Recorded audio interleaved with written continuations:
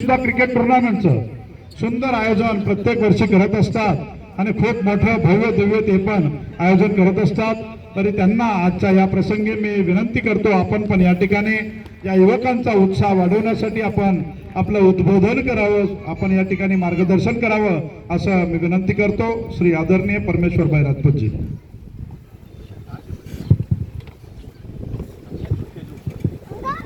जय श्रीराम।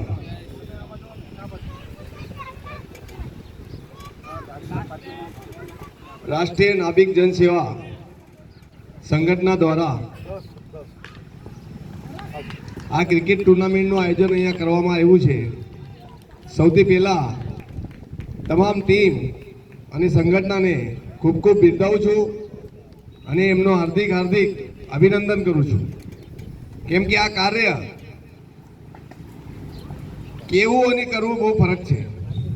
અને ગુલાબભાઈએ ગયા વર્ષે જે કર્યું હતું ભવ્ય દિવ્ય કાર્યક્રમ અહીંયા આયોજન કરવામાં આવ્યું હતું, 2 ઓવર અને એનાથી સમાજમાં બહુ સારા આપણા યંગ જનરેશનમાં પ્રેરિત થાય।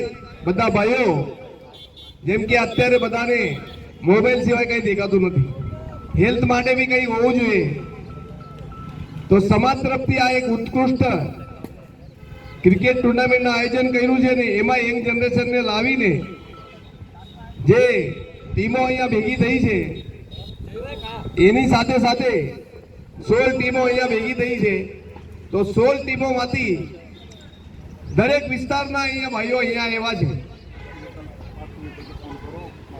અને ગુલાબભાઈ જે આ પ્રયાસ કર્યો છે ને એમની તમામ ટીમને હું બિરદાવું છું, એમને ખૂબ ખૂબ અભિનંદન આપું છું કે સુરત શહેરમાં આપણે રહીએ છીએ, મહારાષ્ટ્રના વતની છે, મહારાષ્ટ્રથી અહીંયા આવ્યા છે।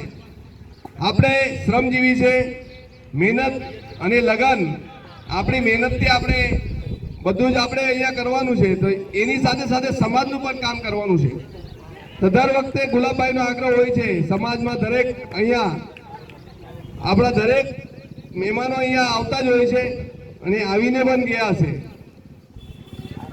તો હું ગુલાબભાઈને અને તમામ ટીમને હાર્દિક અભિનંદન આપું છું અને તમામ ટીમને શુભેચ્છા આપું છું કે બહુ સારું રમો અને બધાને જીતવાનું જ છે, આપણે જીતશું, આપણે ખાલી પોઝિટિવ વિચારવાનું છે।